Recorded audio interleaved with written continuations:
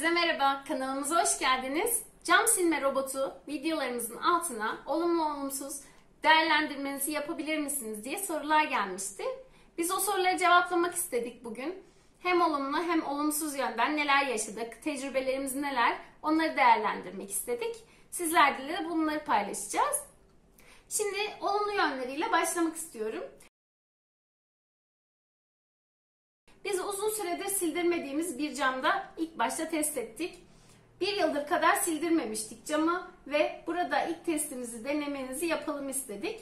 Çok güzel sonuç verdi. Hiç sildirmememize rağmen ilk denemede %90-95 oranında güzel temizleme sağladı. Yüksek katta oturuyoruz arkadaşlar. O yüzden bu camlar çok büyük ve ulaşılmaz seviyede. Kendi sulu sildirme olduğu için de suyunu kendi bizim ulaşamadığımız yerlerde kendi sıkıp güzelce temizlediği için bu bizim için çok güzel bir avantaj sağladı.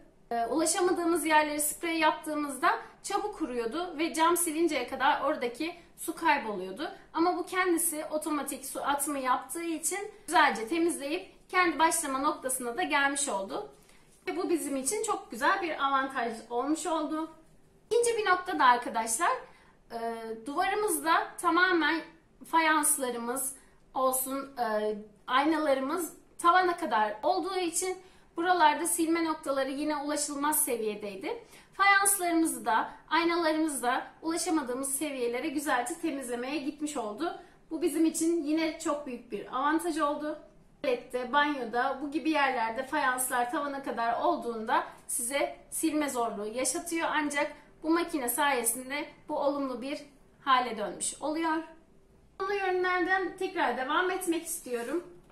Evet, başka bir avantajı da şöyle arkadaşlar. Makine yavaş siliyor diyenler oldu. Bu şöyle, yavaş silmesi sizin için dezavantaj olmuyor.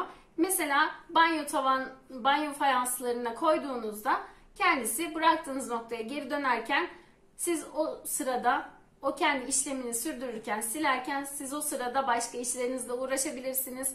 Vakit kaybı olmamış olur. İç tarafta, yani evin içinde olduğu için de düşme tehlikesi vesaire de zaten evinizin içine düşmüş olur ki vakumu çok kuvvetli olduğu için bu bir sorun teşkil etmeyecektir. O yüzden zamanınızdan kayıp olduğunu düşünmeyin. İngilizce konuşma yapıyor. Sesli olarak komutu var, sessiz olarak da komut verebilir. İsterseniz sesini de kapatabilirsiniz. Ancak sonuçta sesi yüksek bir ses olduğu için işlemini bitirdiğinde size söylüyor ve siz de başka işle uğraşırken gelip makineyi bitirdiği noktadan teslim alabilirsiniz. Başka bir nokta, elektrik kesintisi sorulmuştu. Bu makine devamlı fişte olması gerekiyor. Fişte çalışıyor. Çalışırken de elektrik kesilirse düşer mi düşmez mi gibi arkadaşlardan soru gelmişti. İçinde batarya koymuşlar.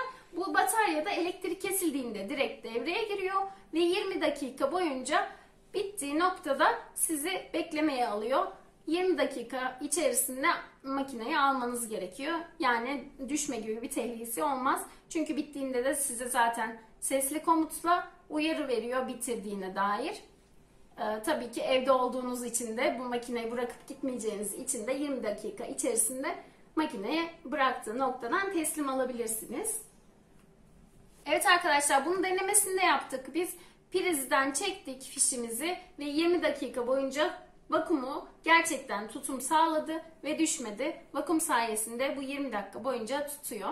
Merak etmeyin, zaten dış zeminlerde kullandığınızda şöyle halatını da bağlamış oluyorsunuz. Evet, diğer bir noktada arkadaşlar, çerçevesiz durumlarda mesela banyo aynası, duşakabin camı vesaire kapı bu şekilde buralarda ise ilerleme yaptığında çerçeve yok ama sensör sayesinde de şey oluyor, çıktığını dışarıya görüp sensör sayesinde geri dönüyor. Yani burada da düşme tehlikesi yer almıyor. Diğer bir noktada makinenin vakumu ve tekerleklerin ilerleyişi çok güçlü. Yani elinizle şöyle önüne set kurup engellemeye çalışsanız bile ilerletiyor kendisini. Yani bu vakumun güçlü olduğunu gösteriyor. Elinizi ittirerek ilerlemesine devam ediyor. Bunu da denemiş olduk, test etmiş olduk. Sağlam bir yapıya sahip. Bu yüzden de normal camda çok da düşme tehlikesi söz konusu değildir yani. Son olarak son noktası da şöyle söyleyebilirim. 4 adet bezi var. Şöyle. Bir tane kendi üzerinde takılı, 3 tane de bu vaziyette, 4 tane mop olduğu için bunları takıp çıkarması kolay, cırt cırtlı yapıya sahip olduğu için de takıp çıkarabiliyoruz. Temizlemek bu şekilde kolaylık sağlamış oluyor bize. Evet arkadaşlar, şimdi olumsuz yönlerine geçiyorum makinamızın. İlk önce iz bırakıp bırakmadığı hakkında bilgi verir misiniz diye sorular gelmişti. Şöyle söyleyelim arkadaşlar, cam çok kirli ise kitapçığında öncelikle kuru sildirin deniyor. Daha sonra ıslak sildirin talimatı yazmışlar içerisine. Eğer kirli camda kullanıyorsanız zaten ilk önce ıslak sildirirseniz bez çabuk kirleniyor arkadaşlar. Bir yerden sonra da iz bırakmış oluyor. Bu nedenle de mobu değiştirmeniz gerekiyor arkadaşlar. Çünkü bez değiştirmezseniz iz bırakması muhtemelen olacaktır. Aynı bezi tekrar tekrar kullanmak, aynı kiri başka cama tekrar iletmek demektir. Bu şekilde de tamamen iz bırakılmış, temizlenmemiş bir cam ortaya çıkmış olacaktır. Bu nedenle de bezinizi değiştireceksiniz. Bu bezi değiştirmek de çok zor olmadığı için her camda ayrı ayrı bezleri kullanmanız daha güzel bir sonuç elde etmenize neden olacaktır. Yani bu aslında çok da olumsuz bir yön değil. Bez değiştirmek kolay olduğu için olumsuz olarak aslında pek de saymıyoruz. Ama tabii ki değiştirmesi zoruna giden insanlar için olumsuz bir yön teşkil edebilir. Bir yön ise arkadaşlar kalitesiz cam suyu ve silikonlu cam suyu. Biz ilk önce makinemizi kullanmaya başladığımızda, videomuzda da göreceksiniz, silikonlu bir cam suyu kullanmıştık. Silikonlu cam suyunu deneyimlerimize göre kullanmamamız gerek. Şöyle, silikonlu cam suyu iz bırakıyor. Nasıl iz bırakıyor? Akşamlara ortaya çıkan bir iz. Tekerlekleri ilerledikçe o silikonlu suyu yayma seviyesinde şerit şeklinde iz bırakıyor. Ama ancak akşamları evinizin ışıklarını açtığınızda bunu fark edebiliyorsunuz. Yani temiz cam değil de sanki kirli bir cammış gibi görüntü teşkil ediyor. Daha sonra bizim tecrübemize göre normal cam suyu kullanmak istedik ve herhangi bir cam suyunu alıp içerisine boşalttık. Ama buradaki noktada kalitesiz cam suyu arkadaşlar. Hiç bilmediğiniz markalardan kalitesiz cam suyu kullandığınızda yine akşam oluşan tekerlek izinde var olan iz bırakmaya neden oluyor. Yani silikon ya da yağlı bir yapıya sahip veya kalitesiz cam suyu kullanmamanızı öneriyoruz. Bu da olumsuz bir nokta olarak burada kalsın istiyorum. Temizleme kısmını anlatmak istiyorum. Eğer suyunu nemli bezle iyice almazsanız eğer, vakumu aşırı kuvvetli olduğu için suyu vakum haznesine çeker ve makinenizin bozulmasına neden olur. Bu nokta çok önemlidir. Tekrar kullanımda bu temizliğe dikkat etmeniz gerekiyor. Evet arkadaşlar, şimdi diğer bir noktaya geçiyorum. Aslında bu bayağı önem arz eden bir noktadır. Lazer konusu arkadaşlar. Makinenin dört köşesinde alt kısmına şuralarda lazer mevcuttur.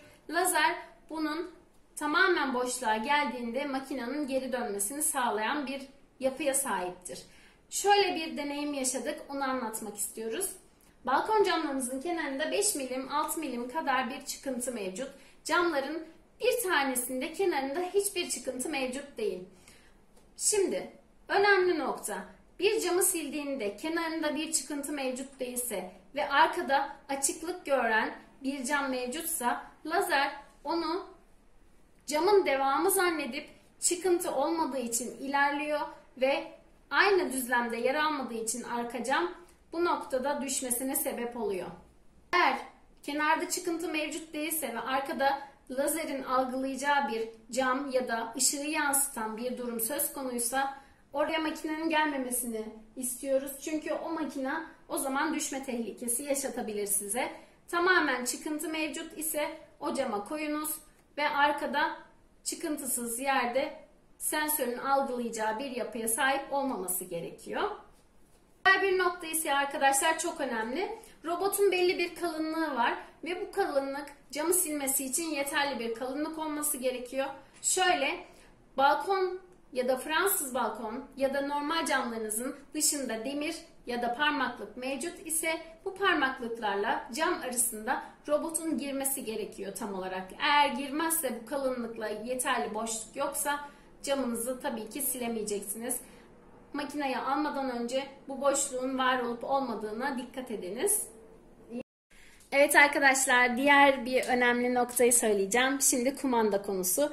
Kumanda çok güzel, çok kullanışlı bir kumanda. Ancak olumsuz bir yönü pili çok çabuk bitiriyor arkadaşlar. Biz ilk kullanımımızda pili içerisinde bırakmıştık. Ve çok kullanmamamıza rağmen diğer kullanımımızda çıkardığımızda pili bitmişti arkadaşlar. O yüzden gördüğünüz gibi biz kullanımdan sonra pil yuvasından pilimizi çıkarıyoruz. Her kullanımda takıp çıkarmanızı öneriyoruz. Bu da olumsuz bir noktası olsun. Pili çok çabuk tüketiyor. Evet arkadaşlar, yine çok sorulan sorulardan bir tanesi cam balkon. Normal katlanır cam balkonların camlarını silip silmediğiydi. Şöyle bir şey, biz bu konuda deneyim sağlamadık ama bir fikrimiz var. Baştan söyleyeyim, bu bizim kendi düşüncemiz. Deneyimlemedik ama sadece bu makineyi kullandığımız için kendi düşüncemizi aktarıyoruz. Şöyle bir şey, tüm camlar kapalıyken fitiller arasında geçiş yapacaktır muhtemelen. Ama fitillerden geçerken vakum bozulur mu bozulmaz mı orasında bir şüphe var. Çünkü bozulmazsa geçecektir vakumu sağladığı için. Ancak içerisinde fitillerin boşluğu ne kadar boşluk sağlıyor mu, orada vakum gücünü ne kadar sağlayabiliyor, bu nokta çok önemli. Kendi cam balkonunuzda fitiller arasında çok boşluk olmadığını düşünüyorsanız, vakum gücünü orada kaybetmediğini düşünüyorsanız tabii ki geçiş sağlayacaktır. Şöyle bizde 5 milim kalınlığında cam kenarından aşabiliyor. Gördük bunu. O yüzden de fitillerden de eğer 5-6 milimi geçmiyorsa fitillerin kalınlığı, ki geçmiyordur, o yüzden geçiş yapabileceğini düşünüyoruz. O noktada sorun yok. Dediğim gibi vakum gücünü sağlayıp sağlamaması önemli. Fitiller arasında boşluğun ne kadar olduğu, boşluğu çok algılayıp vakum düşürdüyse tabii ki makine geçiş yapmayacak ve vakum gücünü düşürdüğü için de makine yere düşecektir. Bu noktayı siz karar verin. Vakum sağlayacağını düşünüyorsanız da makineye alabilirsiniz. Yani deneyimlerimiz olmadığı için sadece düşüncemizi aktarıyoruz bu noktada. Arkadaşlar, kendi deneyimlerimizden, kendi düşüncelerimizden böyle bir video çekmek istedik. Olumlu, olumsuz yönlerini söylemek istedik. Son bir nokta söylüyorum ve videomu bitiriyorum. İlk sildirmenizde uzun süre sildirmediğiniz için kenarlarda iz bırakabilir. Bu noktada daha sonraki sildirmelerinizde ay ya da sık sık sildirme sağladığınızda kenar noktaları bile temizleyecektir. Yani bizim tecrübelerimiz bunlar arkadaşlar. İz bırakıyor mu, bırakmıyor mu, nasıl temizliyor sorusunun cevabını vermiş olduğumu düşünüyorum. Evet arkadaşlar, videomda olumlu olumsuz yönlerini anlatmak istemiştim. Tecrübelerimi anlatmak istemiştim. Bu noktada bir sürü aklınızda kalan soruların cevabını verdiğimi düşünüyorum. Yine aklınızda soru kalırsa aşağıda yorumlarda yazabilirsiniz. Geri dönüş yapacağım. Videomuzun da sonuna geldik. Bu şekilde tüm sorularınızın cevabını vermiş oldum. Çok istenen bir videoydu. Bunu da çekmek istedik ve sorularınızı cevaplamak istedik. Şimdilik hoşça kalın.